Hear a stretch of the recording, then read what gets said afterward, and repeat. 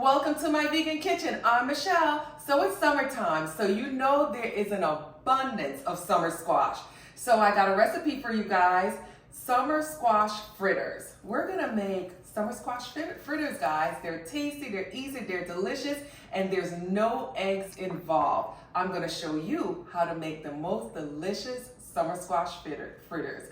Come with me, I'm gonna show you now. Alright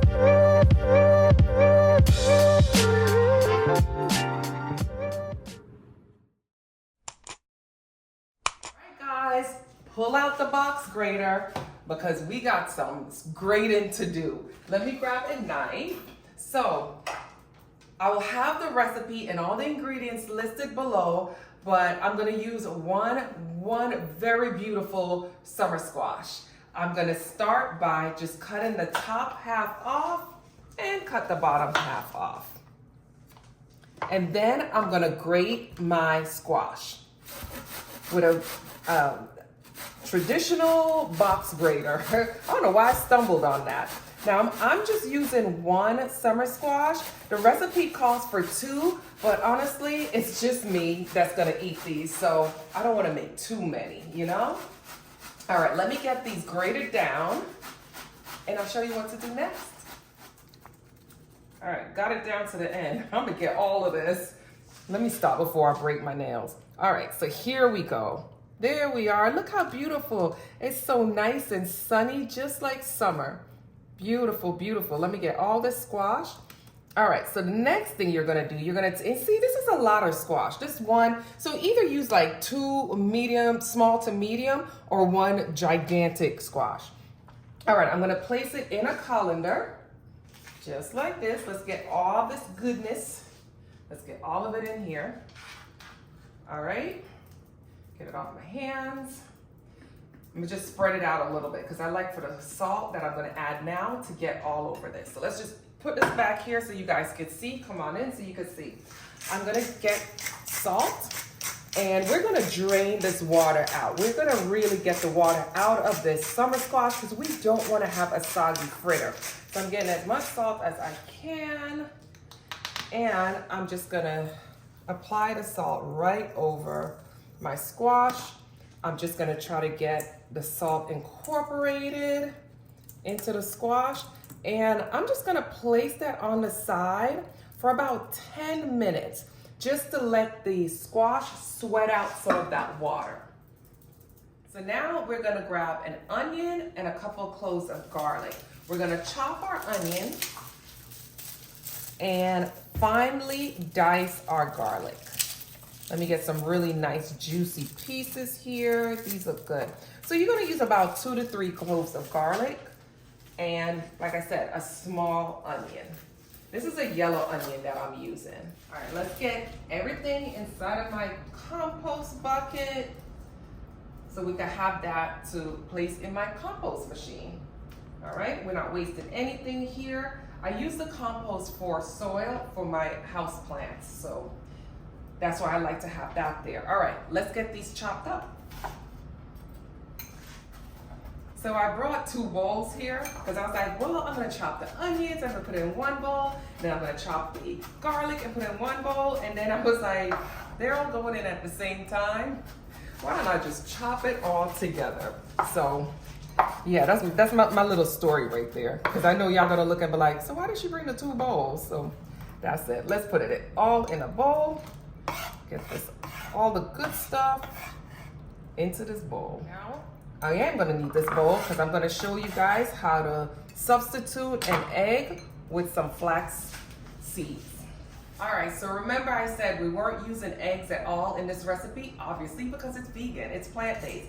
So to make your egg substitute, we're gonna use flax seeds. So this is ground flax seeds. So if you have whole flax seeds, just put it in a coffee grinder and grind it down.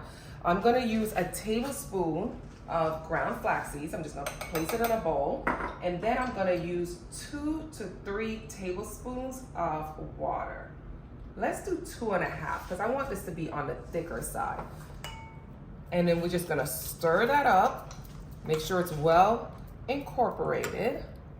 All right. And then we're just gonna place that on the side and allow it to become like a more jelly texture. That will be our egg replacement. Let me grab the rest of these ingredients and we could start incorporating everything together and make our fritter. So while we got the flax egg making on the side, let's come back to our summer squash. About 10, probably 15 minutes or so have passed. So I think it's time that we tend to our squash. All right, ready? So you're gonna grab the squash. See, that's how much water came out so far, but you're gonna still try to squeeze out as much water as possible. You do not want soggy fritters. Now look at that. Look how much water is still coming out of that. Squeeze it out. I probably would say if I had some cheesecloth, I would put it in the cheesecloth and squeeze it out that way. But honestly, I'm being lazy. Look how much water is still coming out of that. So just continue to squeeze it out until you get out as much water as possible. Water is still coming out. I really should have got that cheesecloth, guys, or like a kitchen towel or something. All right, I think I got as much as I could get out now. All right, let's place this on the side. Or you know what? Let's put it in a bowl. Let's get it in a bowl now. If you guys haven't noticed, I hate, even though I use my hands a lot to cook with, I hate having stuff on my hands. I always have to wash it like right away. It bothers me. It drives me crazy. So give me a minute. Let me wash my hands off. All right, look how much liquid that we got out of that. Crazy, right? I wonder if there's something I could do with this. Anyway, we'll come back to that later. Here we go, our summer squash. Let me dry my hands. Now we're gonna add everything back in the bowl. We're gonna add, let me get a spoon, hold on. We're gonna add our onions. This is gonna be good. We're gonna add some nutritional yeast. And you guys know nutritional yeast, I always describe it as just giving it really good flavor. It's supposed to give it like a little cheesy flavor, but it doesn't do that all the time. I just find it's just a nice binder and it just gives really good flavor to just about any dish that I make. We're gonna add some chickpea flour. Let's open that up. Again, don't worry, I'll have the measurements listed below. I'm gonna just add half of my quarter cup. For now, I'm gonna mix this around. We're gonna come back because I don't want it to be too dry. Remember my eggs? That's my flax eggs. That's how you want it to be. See how jelly it is? That's the consistency that you're looking for. All right, let's get that in there. I like to dollop it a little bit around and then mix that all up. At this time, if you wanted to add fresh herbs like parsley or stuff like that, you can add that in. I just like it straight up like this. I love the taste of onions with the squash. All right, that's looking good. I'm gonna take a little bit of this and just, even though you're not supposed to taste the chickpea flour, I just wanna see if it's salty enough. I'm gonna add a little bit of salt. Hold on, un momento. Just a drop of salt. You could add some black pepper if you like. I'm just gonna add salt. I'm gonna add a little bit more of the chickpea flour, not all of it. Again, I do want it to have a patty type of consistency so I could, make patties, but I don't want it to be too dry either. This is looking great, guys. Pretty, pretty, pretty. Look at that. This is good. All right. I think this is good to shape our patties. So let's move over to the stove and let's get this in the pot. Come on, let's go.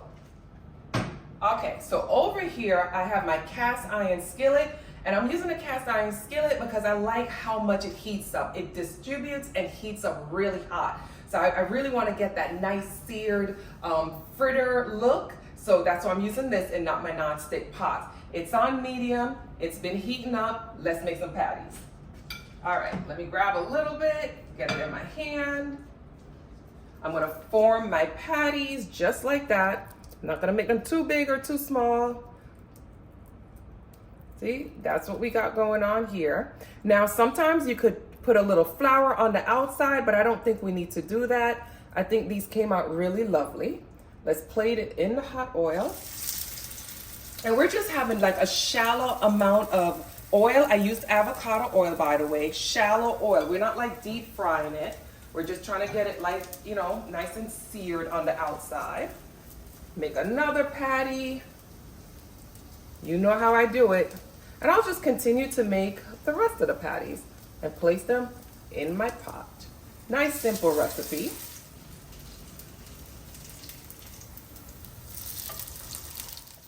Once the summer squash is cooked, browned on both sides, you're just gonna remove it and place it on a towel-lined plate. There we go, guys. They're all done. How beautiful is that? Those look really good, right? All right, well, time to taste. You know what time it is. So let's grab this one. So you wanna allow them to cool down because they're still, you know, kind of flexible. Once they cool, they really set and they tighten up a bit. But let's try this one right here. My eye's been on it. And so when we break it open, how beautiful it is inside. You still have some of that summer squash. Or you could even use zucchini, guys. You could use zucchinis to do this also, but let's taste it. These are really good. Just like that, guys, a nice, quick, and easy recipe, a nice midweek quickie.